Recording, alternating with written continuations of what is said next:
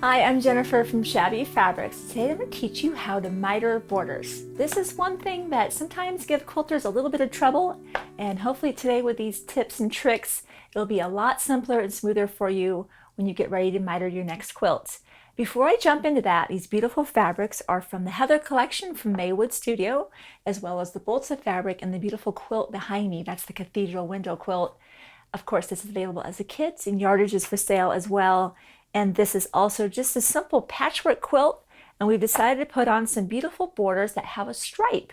So with the stripe, of course, I want those to come together beautifully in the corner, and it takes just a slightly different technique when you're putting those borders onto your quilt. If you do have an inner border as well as the outer border, the first thing that I'd like to recommend that you do is you sew that inner border to your outer border as a unit before you put that onto the main part of the quilt. That's probably different than you do a normal quilt, certainly different than what I do. Normally, if I'm going to have a patchwork quilt or any type of pieced quilt, I'll sew the inner border on all the way around the quilt and then apply the outer border afterward. It's different with mitering, so do that ahead of time. Also, I want to point out that mitering does take a little bit of extra yardage, so make sure you factor that into your calculations when you're purchasing your fabric.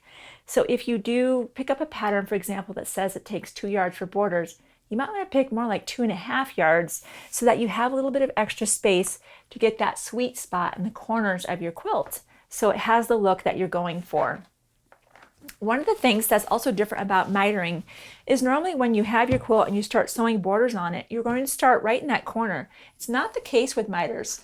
With miters, you're going to stay 1/4 inch away from all 4 corners, and that's where you'll begin sewing your strips on and stopping the sewing of the strips. So I'll get this nice Creative Grids ruler. I love this ruler. It has a nice 1/4 inch mark here. And I'm going to find that corner. In fact, I like this corner right over here. Just works out beautifully.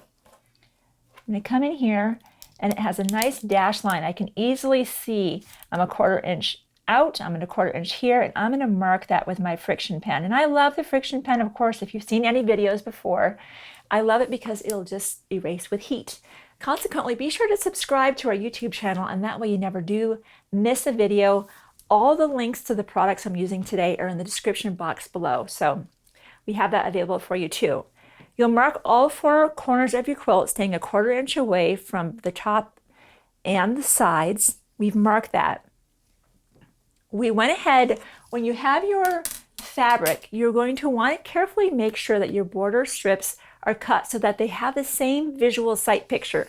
And so what I mean by that is it's called fussy cutting, where you are making sure that this strip has the same sight picture as this. So when you bring it together in the corner, it's going to match up nicely. You will go ahead and you will actually sew these 4 border strips onto your quilt, starting and stopping at the points. What's different again is that on the top and the bottom borders, you will either press away from the center of the quilt. Doesn't matter what you do, but on the sides, you're going to do just the opposite. What that's going to do for you, I'm going to show you right now, is you'll have nesting seams. Normally when I sew a border on, I typically press toward my inner border. I typically tend to choose darker inner borders. So when I sew that inner border on, I tend to press toward that, all 4 sides. Not the case here. We'll go ahead once we sew this unit on, and I'm going to press the top and bottom row away toward the inner border. And on this one, and I'm going to press toward the quilt. What that's doing for me now, let me just show you what we've got. So this is what you have here, right? There's that sweet spot. There's that corner. And we've ironed it so that mark is gone. But you can see that's that little corner. We stayed 1/4 inch away here and on this one. And when you lay them down, you see how they crisscross. Now we have to figure out how to sew this together. No problem. Let me just get some space here. It definitely wants some maneuvering room. First thing I'm going to do is I'm going to turn the quilt so that these border strips stack one exactly on top of the other.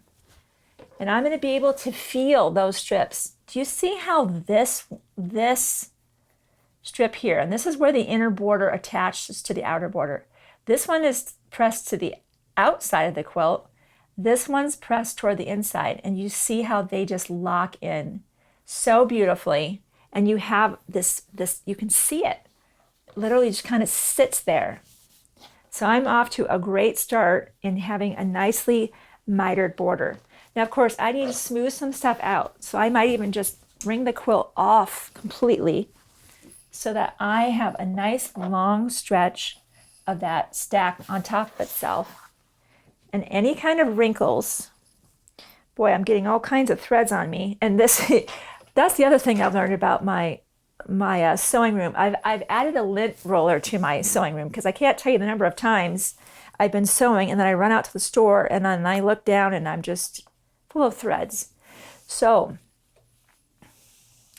this is stacked on top of each other. I feel the interlocking seam. I'm going to double check that.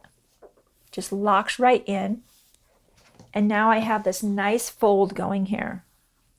I might even put in a couple pins here so this does not move on me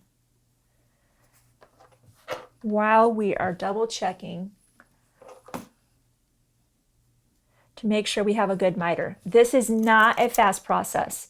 This is the magnetic pin cushion from Clover, and I love this.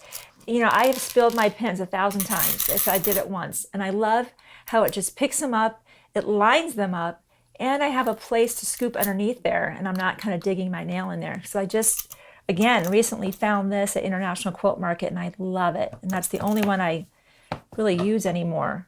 So I'm just going to pin that. I'm going to get my friction pen and my big ruler. I don't often use these 30, 45, and 60 degree lines that are on my ruler. Depends on, you know, it depends on the ruler you're using. You may or may not have those, but I often don't use that. However, today, I'm going to use that as my aid because here's my 45 line right there. And notice how I'm running this right along here. And I'm trying, it's very minute degrees of change, right? This almost looks right, but notice how my 45 degree line is now not running parallel with my fabric. So I'm going to kind of finesse this, kind of move things around. That's running straight down. I'm running straight down here. I'm going to go ahead and mark this right now with my friction pen. And before I even sew, the first thing I'm going to do, I'm going to pin some of this together, and then I'm going to show you a way to do a visual check to see if what you've done is going to work. So I'm going to take those pins and I'm going to put that exactly on the line. Not kind of, but I want you going straight down to the line and coming back up through that line.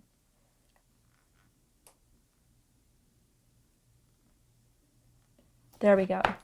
Let's do a couple more, and then we're going to literally have a look and see if we did it, if we nailed it.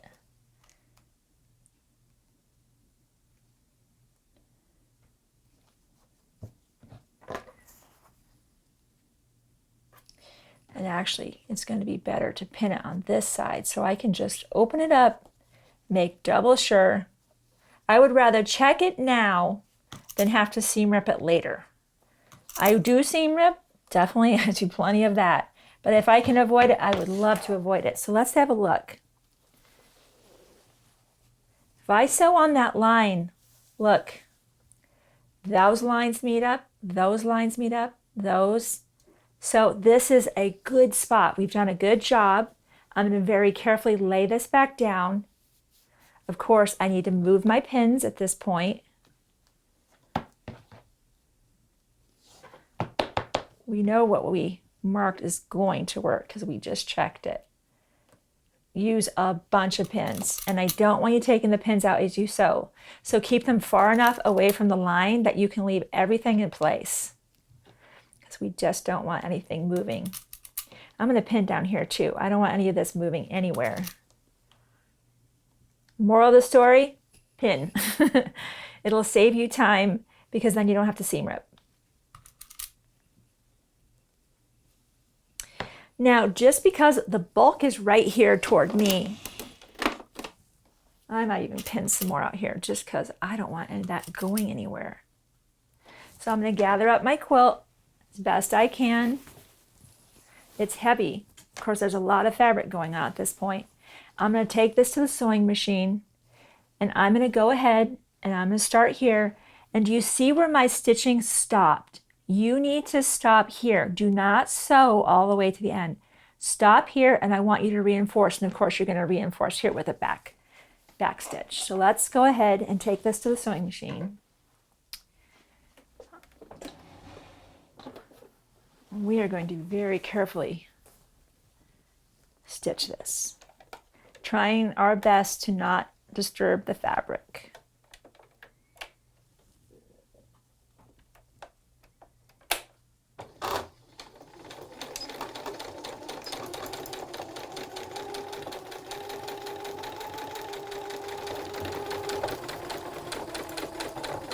As I get to that point, I'm slowing down. I'm back stitching at least once, maybe even twice. Okay, and then we'll stop. I'll just use that to cut that right now. All right.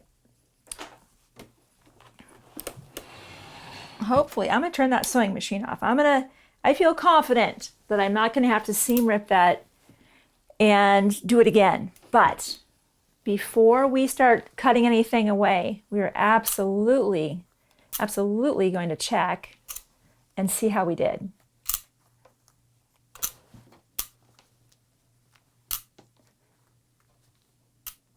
But if you're going to pin, have pins you love. These are the Clover pins. I absolutely love them. They're sharp, they're strong, they have a glass head. So if you do bump them with your iron, not an issue. They're not going to melt on you like I've had some cheap pins do. I've even had them melt and got the plastic on my fabric. So it's worth it to invest in some good quality pins.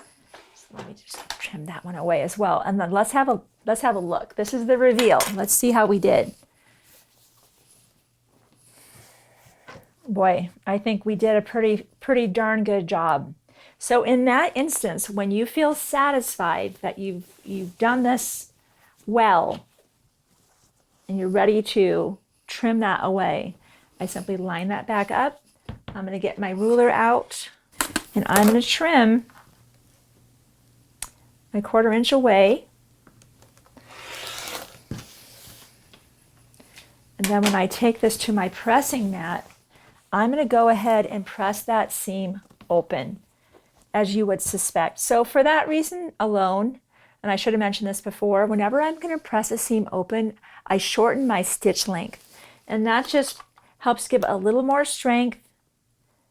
Typically, as you know, in quilting, seams are pressed one direction or the other, but not often open unless there's a compelling reason to do that. And this is certainly a compelling reason, as we want this to lay nice and flat in that corner, not biased off from one side or the other. And let's press that and let's have a look at that. And that's a beautiful miter corner. And that's all there is. And simply go miter the other 3 sides of your quilt and it's complete. So again, if you learned something today, if you know how to miter quilts now, give me a thumbs up. I love getting feedback from you, and we'll see you next time.